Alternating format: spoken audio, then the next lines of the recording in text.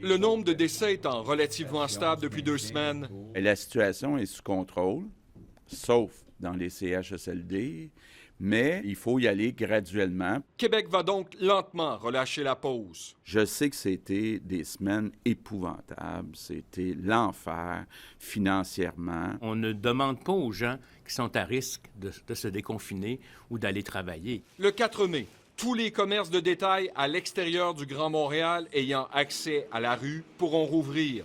Ceux de la grande région de Montréal devront attendre le 11 mai. On donnera aussi dès le 11 mai le feu vert aux entreprises manufacturières avec des règles très strictes.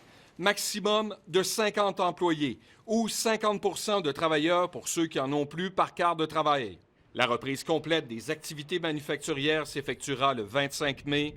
Les employeurs devront assurer la protection des employés. S'ils ont, dans le cadre de leur travail, besoin de se rapprocher à moins de 2 mètres, on leur recommande de porter un masque. Les dirigeants trouveront sur le portail de la CNESST toutes les informations pertinentes. On a un secteur manufacturier qui est prêt et leur standard propre est déjà élevé. C'est plus les mêmes usines, ça sera plus les mêmes milieux. Il y a des gens qui ne respecteront pas ça, vont avoir des amendes. Tous les chantiers de construction routiers, résidentiels, commerciaux ouvriront le 11 mai. On parle d'à peu près 500 000 personnes, possiblement, qui pourraient retourner au travail sur 1,2 million qui sont en arrêt de travail. D'autres devront être patients. Centres commerciaux, restaurants, salons de coiffure et d'esthétique, salles de spectacle, sites touristiques.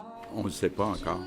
On continue à évaluer la situation. Les autorités maintiennent la fermeture des épiceries, de la SAQ, des quincailleries le dimanche, au moins jusqu'au 31 mai, l'objectif étant de limiter la propagation. Certains vont faire la maladie de façon asymptomatique. Certains pourront avoir besoin d'être hospitalisés.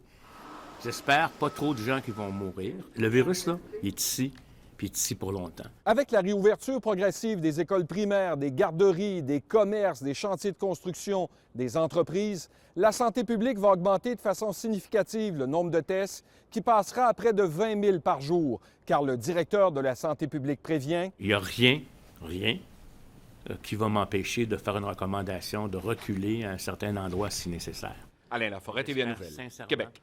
On va être en mesure de le faire